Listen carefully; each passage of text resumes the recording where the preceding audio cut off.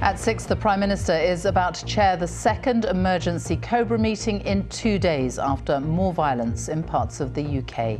This was Belfast last night. Police say a man was seriously injured in what's being treated as a racially motivated hate crime. I've been in Sheffield magistrates watching some of more than 100 cases going through the courts.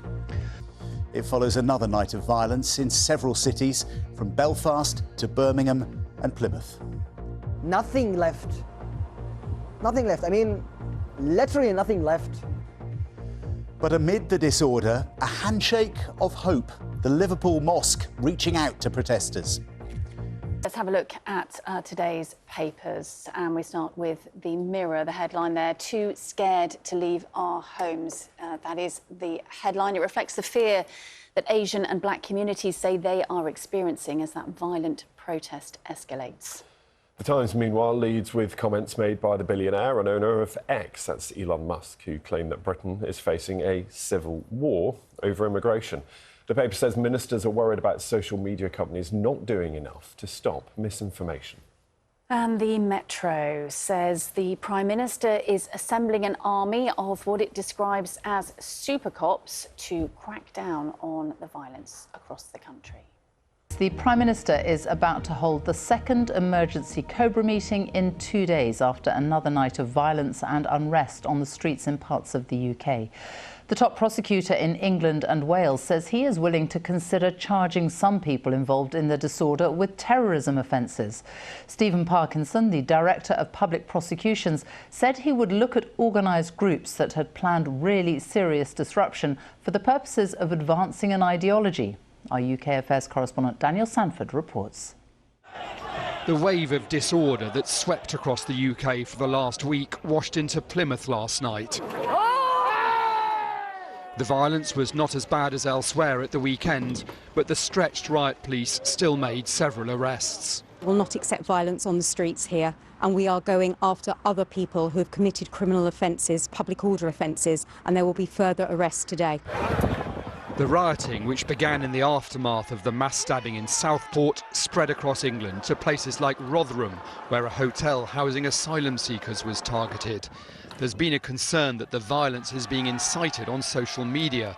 A former senior counter-terrorism officer has pointed to Stephen Yaxley-Lennon, also known as Tommy Robinson, currently in Cyprus. And the head of the Crown Prosecution Service said he'd consider extraditing anyone who met the threshold of incitement. We would certainly consider extradition. They must know that they are not safe and there is nowhere to hide. And if it takes weeks or not months, we will bring them home and they will face justice.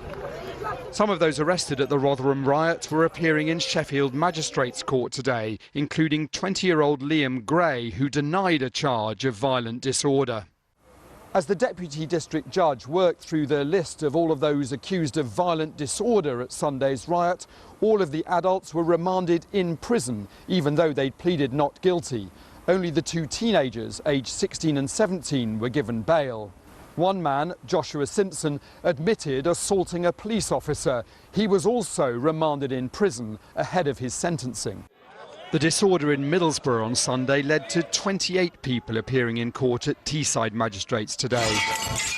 The Justice Secretary said she'd brought forward plans to create 500 more prison places to handle the surge of cases going through the courts.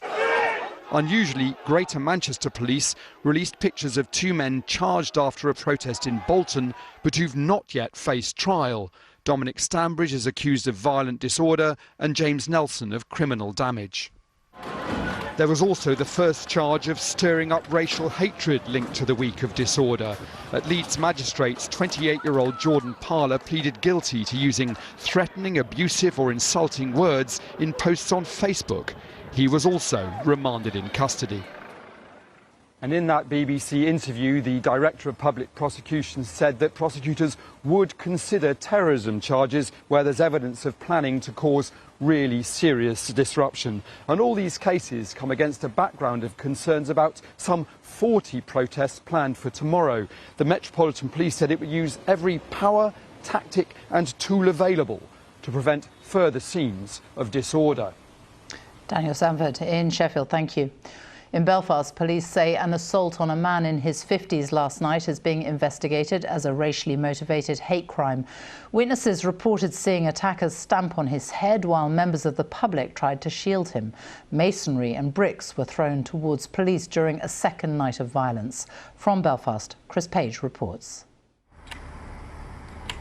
Some visible signs of violence are being removed from the streets here, but the sense of fear and tension hasn't lifted.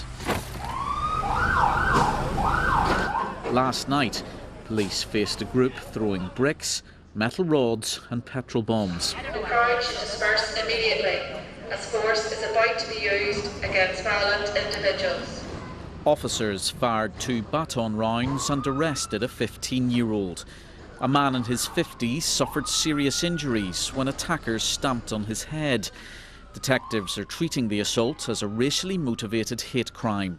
The scenes we have witnessed over the past few days have been horrendous. There's been violence, racist assaults, damage to property, arson, racist slurs unashamedly uttered on our streets. This is not who we are as a society. The latest disturbances happened close to this supermarket, which was set on fire on Saturday. A manager says he's frightened about the future. We don't need talk only from the governments. We need actions. We need a solution immediately to make everything to calm down. Tomorrow, you don't know what's going to happen tomorrow, and that's the thing. Most of the trouble's been in South Belfast, which is the most diverse part of this city. Northern Ireland's generally had a low level of immigration compared with the rest of the UK. There's never before been street violence on this scale against members of ethnic minority communities. The owner of this restaurant didn't want to appear on camera because she's concerned for her safety. Most of my staff Muslim, I am Muslim, but this is not reason to attack people because their religion or their background. Yeah, I am 11 years here, my kids from here. I don't take anybody's job, I create a job here.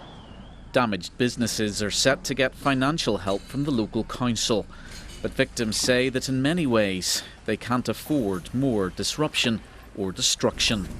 Chris Page, BBC News, Belfast. The unrest in some areas of the UK over the past week has in part been fuelled by misinformation circulating online.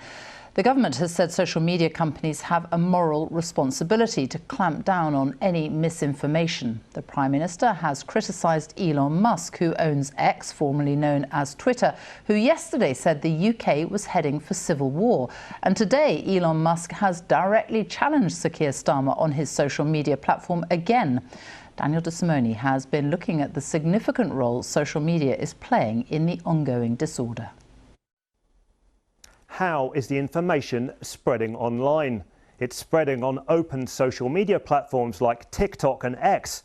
The Telegram messaging app, which has long hosted extreme material, is being used to share lists of targets, including hotels believed to be used by migrants, as well as immigration solicitors. Many users hide behind online personas rather than using their real identities. And more closed, encrypted apps like WhatsApp are also being used, which are even harder to police or monitor. False information or the identity of a target location can start on one platform and quickly spread to others. Now, who is behind it? Tommy Robinson, real name Stephen Yaxley Lennon, is arguably the most prominent far-right voice, with over 900,000 followers on X. Since last week, he's written a stream of false and inflammatory posts, including this one while the hotel was being attacked and set alight in Rotherham.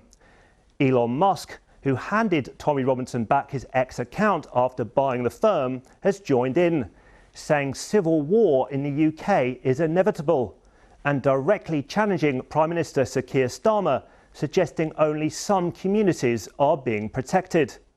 But a whole range of people are involved, from long-term far-right activists, some seeking racial warfare, to people who have never been involved before.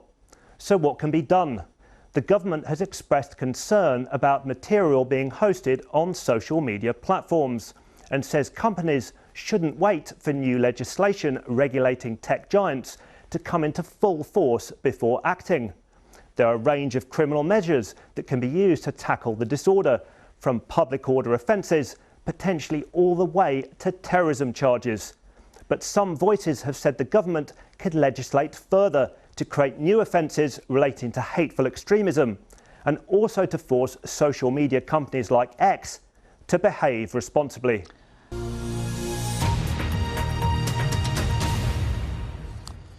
One of the largest protests we've seen over the last week was in Liverpool, where demonstrators clashed outside England's oldest mosque. But now another story of hope and reconciliation has emerged from there. After the demonstrations had quietened down, religious leaders emerged from the building to bring food and drink to protesters from both sides. An imam at the Abdullah Quilliam Mosque described what happened on BBC Breakfast. The mosque is the oldest in the country. It was established by Abdullah William Quilliam. And actually, over 120 years ago, there were radical rioters who came to the mosque, threw stones at the mosque, broke the windows, and his response the day after, and this is back in the Victorian times, the late 1800s, he decided to open his doors and invite people in and talk about things. So we decided to do the same. Doing what we did outside was, I think, a brave thing, because just to, sit outside the mosque with supporters, you had that sense of anxiety that if things went pear-shaped, then you'd have to retreat back into the mosque, batten down the hatches. Our kitchen staff were amazing. We made preparations in advance to get 200 burgers ready, lots of chips for everybody.